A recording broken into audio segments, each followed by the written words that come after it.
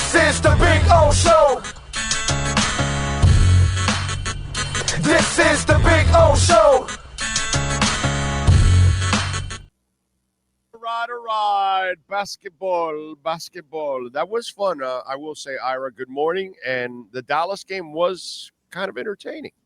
Kind of entertaining, kind of harrowing, and it kind of reminded you of where the Heat are, considering the struggle against a Dallas team lacking Luka Doncic, not at its best. They caught a break. They've won 2 in a row at home, which is a major thing around here. And what we've learned is you give Jimmy Butler at least 5 days rest, he's going to be on the top of his game. Now we'll get to see at 35 years old if these 30-point games can continue. Oh, come on. We know it's impossible for him to maintain this. It's already been impossible for him to maintain it in just the first month of the season. He can't even stay on the court as it is. So, I mean, it shows you it is what it is. And I know that somebody asked you and asked Ira about, are they showcasing Jimmy? And it's just funny because I think the Heat is at a point where they would love to move Jimmy if they can. But the question is, will that deal ever appear if we're going at this pace? Well, again, the 4 games missed with the ankle certainly did not help. The practice missed with the illness on Saturday certainly did not help. But Big O, you've mentioned this on our Accurate Pembroke Pines report now for weeks. It's a win-win situation. If Jimmy plays well, the Heat win. If Jimmy plays well, they have an asset. They can decide what to do. Here's what's interesting. We get to this Bucks game tonight in the NBA Cup. We expected Milwaukee to be better. They're not, but they're getting better. At 500, they're on the rise, unlike the Sixers. But at what point, Big O, do you say to yourself, you know what? The Celtics and the Cavaliers are too good. They're distancing themselves in the East. If what the Heat say is true, that it's about championships or bust, would the Heat ever come to the realization, Big O, in December, in January, in early February before the trading deadline, where they honestly could say to themselves, we're not as good as those 2 teams and we're not going to be as good as those 2 teams, so we have to retool? I don't see that in the Heat's DNA. But does somebody need to step up to Pat Riley, to Eric Spoelstra and say, maybe it's Andy Ellisberg or Nick Harrison, and say, you know what?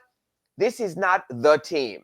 Let's reconnoiter now. Let's rejigger while we still have value for Jimmy and move on to our next iteration. Easier said than done, because you know one thing about this team. They're like backstreet brawlers. They will always think they have a chance until, like last season against Boston, they get the absolute snot knocked out of them in the playoffs. Okay, so then, all right, this is a touchy question to ask then. Okay. So is the Pat Riley attitude the wrong attitude because it's really hurting and not helping the team in the long run? Because the whole talk is, well, he wants to build a winner before he walks out into the sunset one more time. And so you desperately don't want to reset, and you keep trying to put a Band-Aid on the problem, a Band-Aid on the problem, a Band-Aid on the problem for many years now, and you have actually set yourself back even more by doing this, instead of, if a few years back you did a complete reset and you didn't trade away all those picks and you didn't do all that kind of stuff, you might have been able to be way ahead now than where you are at this point in time. Because in the end, you're going to have to reset at one point, because you got to get back to the point where you have first-round picks on a consistent basis. You got to get back to the point where you have some flexibility. So I understand it has worked for you, that philosophy of wanting to win now. But the last time you made a run, you took a couple of steps back in the process. So why not do it again? And so maybe this whole thing of wanting to win now has kind of really hurt you in the process of trying to win now. I'm going to go somewhere a little different about what's really hurt them. I have no problems with the last 5 years and the 3 trips to the East Finals and the NBA Finals and giving yourself a shot, because they were right there. No matter how they got against Denver in the finals, they were there. They pushed the Celtics. And then you get one bite at the apple to make a move while you're still winning in progress. You get one chance to make that one move that might put you back to the top or over the top. That's the problem. The Terry Rozier trade. Kyle Lowry's salary. You had a future first-round pick to put into play. And let's face it, as you and I talk now, in mid-November on our Accurate Pembroke Pines report, we can't say anything honestly other than that trade was a bust. That what they used Kyle Lowry's salary for, and that's cap space that wasn't there this past summer, what they used, what potentially is an unprotected first-round pick to the Charlotte Hornets in that trade, they did not get back a major contributor. They got back a guy who tonight against the Bucks, if he does come back, we're wondering is going to be a reserve. And believe me, Big O, when the Miami Heat made that trade for Terry Rozier, they never made it with the thought of getting a sixth man. They got plenty of those. They need third and fourth and fifth men instead. So to me, you got to be honest. God bless Pat Riley, Andy Ellisberg in the front office from what they've done. Andy Ellisberg in the summer was great with us in the Vegas Summer League. Said, look, we didn't do anything in free agency this summer because our move was last January for Terry Rozier. At some point, you've got to sit down and have your come to Jesus moment and say, yeah, we blew that. Yeah, that deal. So as much as you talk about recouping from and restructuring from what's gone on the last 5 years, what I'm saying is they took their shot and they missed and they whiffed unless there's a major turnaround from Terry Rozier at this point. Yeah, no, the Terry Rozier thing. No, I get it. It's just, man, I just don't have a problem with them resetting. And they have this. What do you consider a reset, though? That's an important thing to put out there to the listeners. Is a reset just moving on from Jimmy, but keeping Tyler and Bam and Duncan and what they have in play? No, Bam's never been the problem. Okay, the problem we all have most of you all out there, not me. Most of you all out there have is that you don't define Bam the right way. Bam's fine. He's the number 3. He's perfect as the number 3. Can Tyler be the number 2? You need to go find a 1 or 2. Can Tyler be the 2? No. Then you're blowing it up. If you don't have your 1 and you don't have your 2, then you have to sort of go back to point A and start all over again. And I get that. So it's a matter of how you define your reset. Here's something that's important, Big O, because I think we need to be honest and we need to constantly evolve and reassess. One of your major talking points was the Heat's next step to the next level over our Accurate Pembroke Pines reports probably for a year has been Jaquez and Jovic. How you felt they might be stepping stones. Well, let's be honest, Big O. We have to be honest here. The start of the season hardly has been inspirational on the Jaquez front or the Jovic front.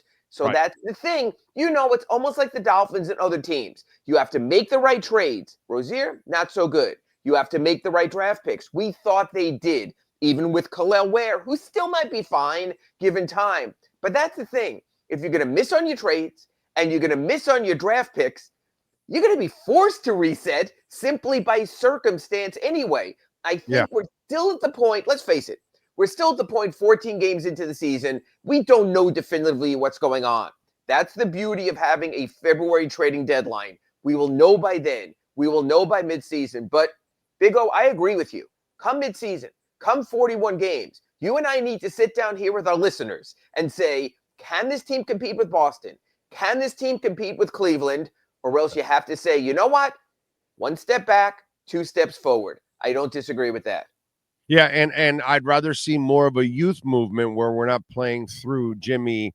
And again, the Tyler thing, like I've recently said, if he continues to play this well by late January, if he's still healthy and playing, I would move his ass because his value will really soar from now till January.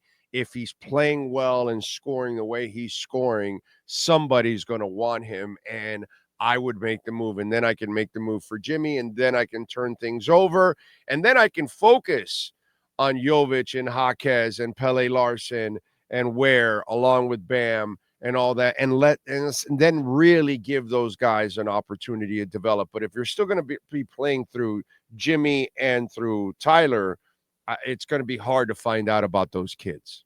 Well, the only thing I'd agree with there is particularly is this. Two of the Heat's next 4 first-round picks are out the door, like you mentioned, when they took those chances. Oklahoma City gets it either this year or next year unprotected. The year after that, Hornets get it either protected or 4 years down the road unprotected. You've got to restock your draft choices. Yeah. So even the Jimmy Butler trades are proposed, and I did a 3-way one where he goes to Golden State, and then there's a deal there maybe where Lillard comes here and the Heat gets draft choices. The point being, you have to include draft choices for the Heat. You have to bring something back, even if it's a late pick, even if it's a protected pick, just to have that stockpile and readjust that. Because right now, you can't talk about building for the future without draft choices. That's what's going to augment what you have. You're not going to hit on everyone. You're not going to hit on Jovic and Jaquez and Ware. Hopefully you hit on 2. Maybe you just hit on 1. Even that would be a victory based on where they've been drafted in the teens and the 20s. But you have to have that future where you say, okay, we have this core now. We augment with these draft choices. When you don't have 2 of your next 4 first-round picks, it's hard to talk about a future when there's not a lot of future there. Right. No, I'm with you there. All right. You talked a little bit already about Terry Rozier. I was going to ask about him. Pele Larson looking good. As a reserve supporting player, sort of reminds me of Dan Marley in the later years, not the Phoenix years, the Cleveland, the Miami years. Yes, nice 8th and 9th men. And you know what, Big O? God bless 8th and 9th men, but you don't win championships with 8th and 9th men. They support you guys. But he's a baby. So that's where it starts, that he comes off the bench. And I get all that, but I think the upside is on a 1 to 10 scale, maybe one time in his career he reaches a 7. And that's great, and that's fine, and that's a W in the second round. I love supporting players. That's the problem with the Heat. The Heat have a great roster of 9 supporting players, and they've been desperately searching in the rumors for Giannis and the rumors for Dame and Durant of getting that player they can support. That's the hardest thing to get in the NBA. You get those, you win championships. The NBA Cup has it grown on you? It hasn't grown on me, but I will say this. Damn, I love the floors. I really love the floors. It's all about marketing and look and everything. And I have no problem for one reason. We all know right now the NBA is taking the back seat to the NFL. We all know right now it's just something going on in the background. So if you can add a little pizzazz, if you can get me to write a story today like I did at the Sun Sentinel about the Heat needs to win this game and Detroit needs to lose that game, hey, at least it gives you something to hang your hat on while you're in the dog days of the early part of the season. So I have no issue with that whatsoever. What I don't like is this. Because certain dates are reserved only for cup games on Tuesday and Fridays, then when you get to the quarterfinals, you blow out a week. This scheduling has sucked for the rest of the season. The Heat with this 5-day break. And then they come up and they'll play back-to-backs in 6 games in 9 days and then 2 games in 7 days. That's the problem. When you're trying to fit another complete schedule inside of your schedule, you get the Heat schedule we've seen. And like I said, God bless Jimmy Butler. You give him 9 days off, he's great against Philly. You give him 5 days off, he's great against the Mavericks. But now when the games get compacted, Big O, let's face it, Jimmy's going to play tonight against the Bucks, and then you and I might be talking, does he play in Charlotte? Then you have next weekend, you have a back-to-back, Sunday in Toronto, Monday in Boston. Does he play in both? Do you pick and choose there? That's the problem with the NBA Cup. It's compacting the rest of the schedule. The NBA already runs from the NFL on Sunday and Monday night to a degree. They blocked off Tuesday and Friday. We're running out of days. We need a longer week to make this all work. But at least they're trying to add some pizzazz. Do it in November. I have no issue. Bronny James, he has played a total of 57 minutes for the South Bay Lakers, has scored a total of 10 points on 4 of 19 shooting, a sizzling 21%.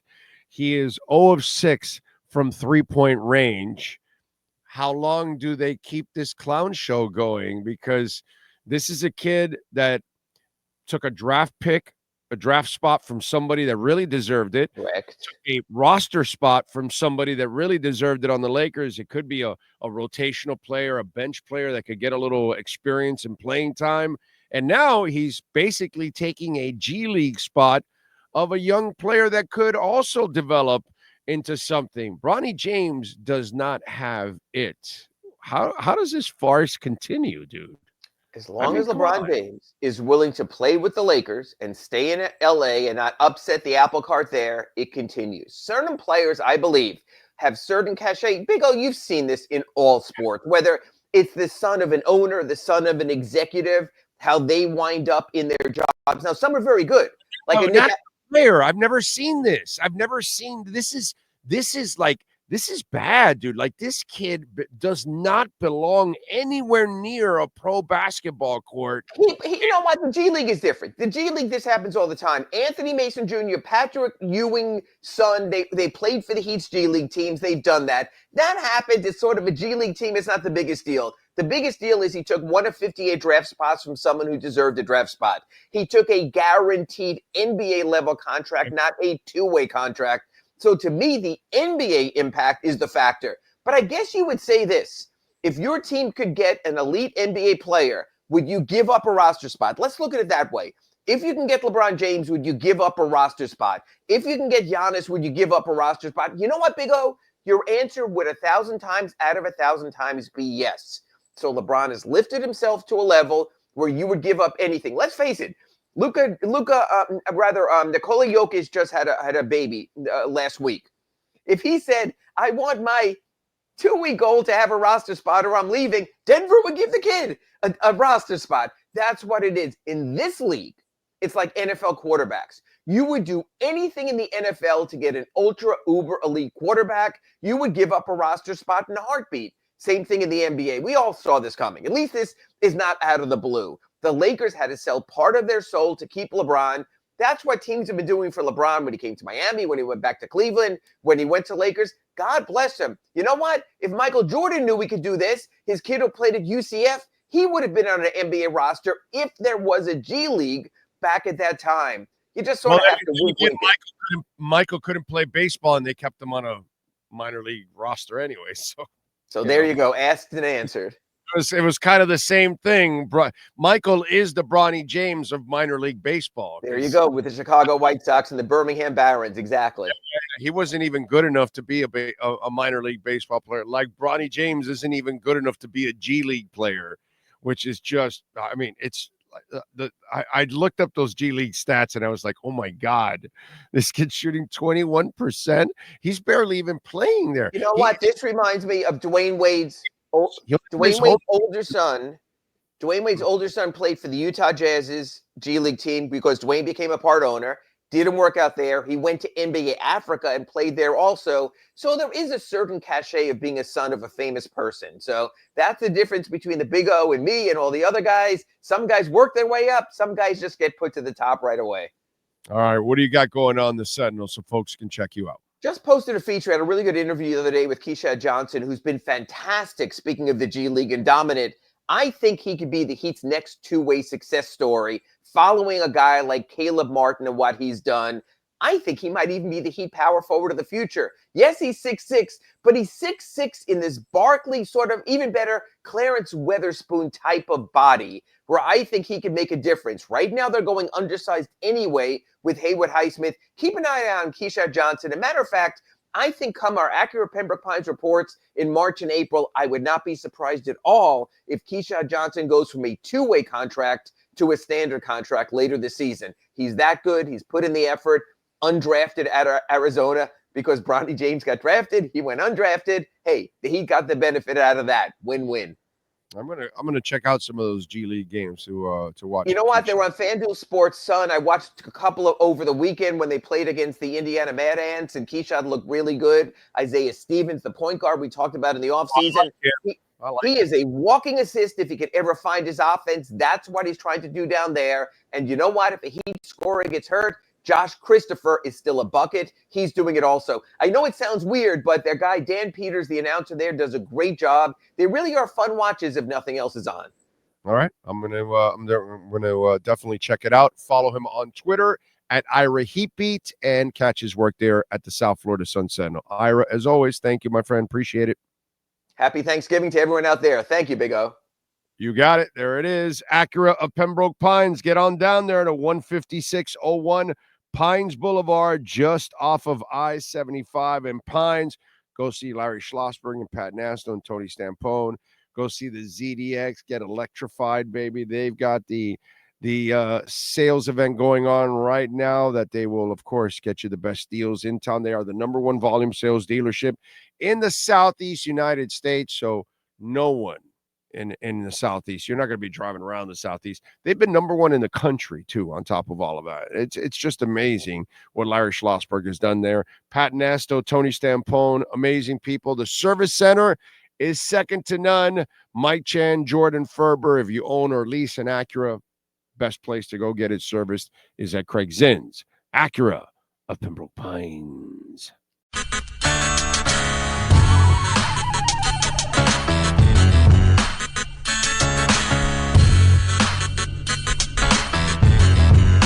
This is the Big O Show.